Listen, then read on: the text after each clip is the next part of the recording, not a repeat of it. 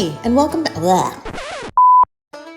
Hi, and welcome back to another episode of the Big Lake and Southern Railroad Buildout, home of the Little Signal Company. Today, we are switching tracks away from the layout and we'll be talking about 3D printing, switches, and some rail car repair. So grab another ticket and let's get the steam boiler running as we dive into what's been happening.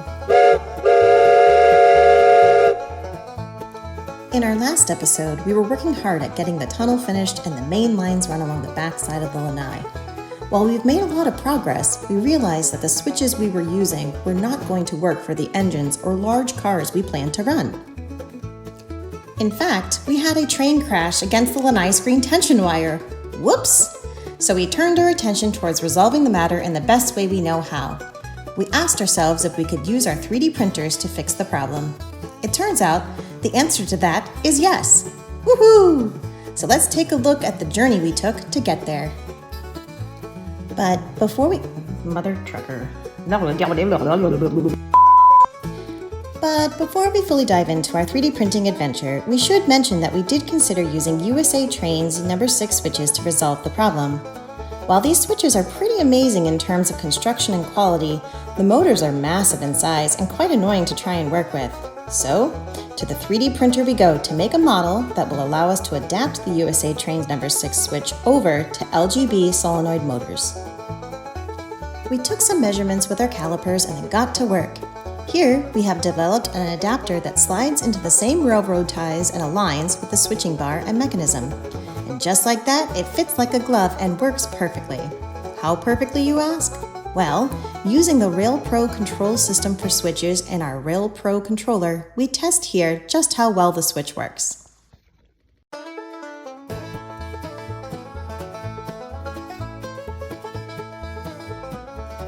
If you are interested in picking up this type of system for your own layout, we recommend getting a hold of Don Sweet at Remote Control Systems of New England. The link for his site is in the description. He can assist with all your RailPro needs, is a trusted advisor, and specializes in multiple types of remote systems for G-scale layouts specifically. We are giving him a plug here because he has been extremely helpful in getting our own locomotives and layouts switched to a remote control system. Thanks, Don! We hope you are enjoying the video.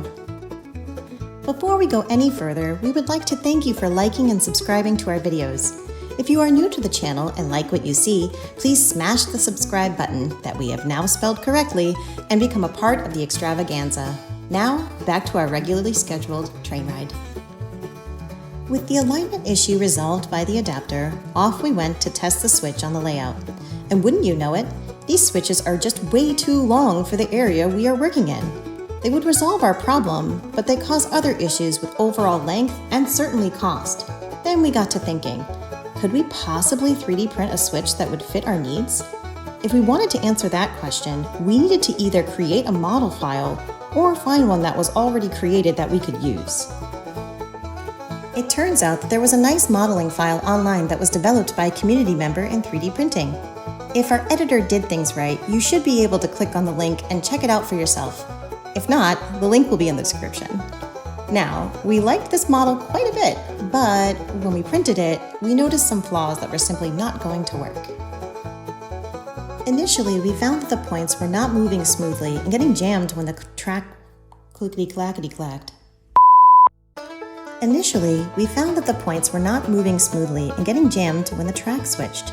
This is because the support board underneath them was too short on one side, causing the one tapered rail to drop and get stuck. We edited the model to extend the support board so the tapered rail slides over the top of it the whole time. The next edit was adjusting the rail connects at the end of the points. They were sticking out too far and again preventing them from moving smoothly. We cut some of that back and adjusted it. After that, we turned our attention to the slide bar that the points attached to and adjusted the height to make sure it moved smoothly between all the rail ties and supports. Then we hollowed out the rail ties appropriately so we could add an LGB solenoid to control the switch. Phew! With all that done, we were able to finally print a working switch. Kind of. We printed our first fully assembled switch and were excited to test it out. We hooked up a few rails to each end and pushed a car across the switch, only to find out that we still had more work to do. It turns out the frog had a major flaw in the model. No, not the kind that goes ribbit. When the car passed over the frog to the guardrails, the wheels dropped roughly by 6 millimeters. This was causing the car to lurch and make a bump noise. We can't have that. After passing hundreds of cars over this, it would eventually weaken and wear out the guardrails, leading to further issues down the road. The problem was that the designer of the model used 3D imaging to generate the model, but the imager couldn't determine a height change in the frog. So, it created the frog completely level with the rail ties. Whoops! So, back to the modeling system to raise the height of the frog. This took 4 iterations and prints to get it right. Once we did though, the ride was pretty smooth across the frog. With a now working 3D printed switch, it was time to hook it up and test it out. Yep, everything was now working as intended. We know someone is going to ask, what material did you print that with? Well, we are happy to tell you. Currently for testing, we are using PLA+, but we will switch to ASA now that we have the switch functional and in working order. PLA+ is cheaper to print with, so we do all of our proof of concept and indoor signals with PLA+. For the layout though, these will be printed in ASA, as are our signals for outdoor use. Speaking of signals, we received a new batch of sensors that are newly coded for outdoor use. We will talk about this in upcoming videos, but stay tuned as we are working to get you those signal videos soon. And so, now we go down a rabbit hole and ask, what else can we do with our printer? Well, in the midst of the switch resolution, and so now we go down a rabbit hole and ask, what else can we do with our printers? Well, in the midst of the switch troubleshooting, we purchased some coal cars from a nice gentleman in Ohio who kindly shipped them down to us. However, he failed to remove the trucks with metal wheels before shipping, and 3 of the cars arrived damaged. Oh no!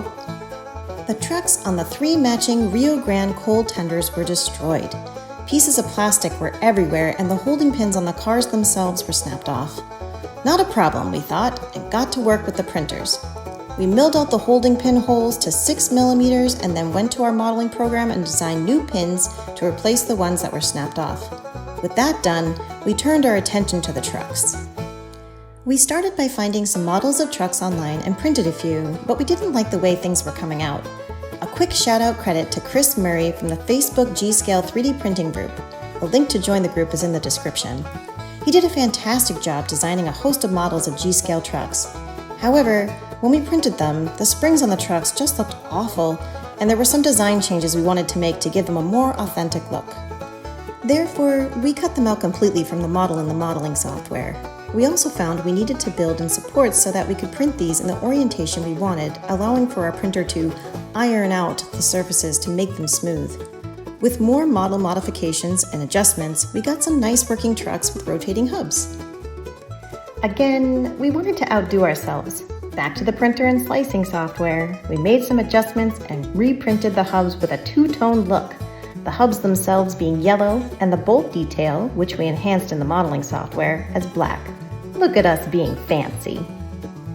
Voila! Which means we did a cool thing or something. We have beautiful looking trucks with authentic looking stainless steel springs to give it a completely finished and realistic look. Last on our agenda was tackling the replacement loop and hook couplers that were also destroyed during shipping. We tried some iterations we found online, but they just weren't what we were looking for. We used a working original coupler and designed our own model from the ground up instead. We modeled it as closely as possible from the original manufactured item, and again, success. It only took 9 iterations of the coupler hook, 3 iterations of the loop, 3 iterations of the spring, and 5 iterations of the pin, but finally, we got it working like a well-oiled locomotive. At long last, we had working loop and hook couplers. With the parts finally printed to repair the other 2 Rio Grande tenders, we went through final assembly and got them fixed up and ready to run. Looks pretty great now that this side rail has been traversed. With a full coal load in the 3D printer, we began to take a look at our rail connector situation. We liked the rail connectors from Splitjaw, and don't get mad at us, but they were going to end up costing us way too much to use in our layout. Therefore, we made an attempt to design a 3D printed version that would better suit our needs. Again, after a few iterations, we got what we wanted. A mock replica of a system that seems to work, well, kind of okay. The rail connectors do work, but the hex screws from the side tend to become a problem when working around switches.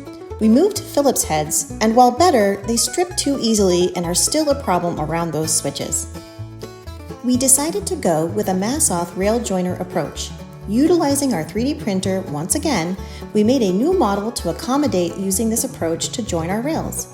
5 iterations later, we gave our most recent design a trial run, and wow, these rail joiners are working beyond our expectations. The rails are held snugly in place with no movement or wiggle at all. Mission accomplished. I know we said we would talk more about the layout and show off more train videos this time, but honestly, I bet you were not expecting an adventure on the 3D Printing Express. That said, we will be doing more video content with trains and certainly more short videos of progress we make in other areas besides the layout.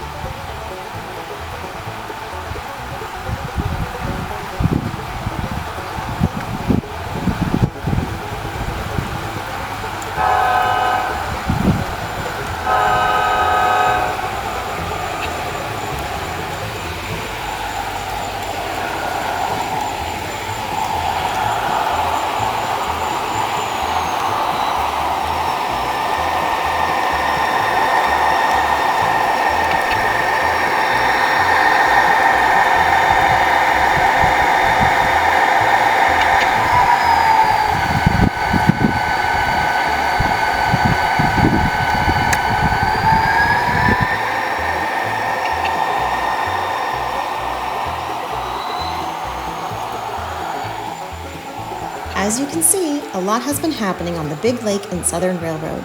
Trust us when we say you are not going to want to miss some upcoming episodes where we talk not just about our progress, but more on 3D printing and a bridge? We had a plan change, but we will tell you all about that later. Yet another teaser. See you next time!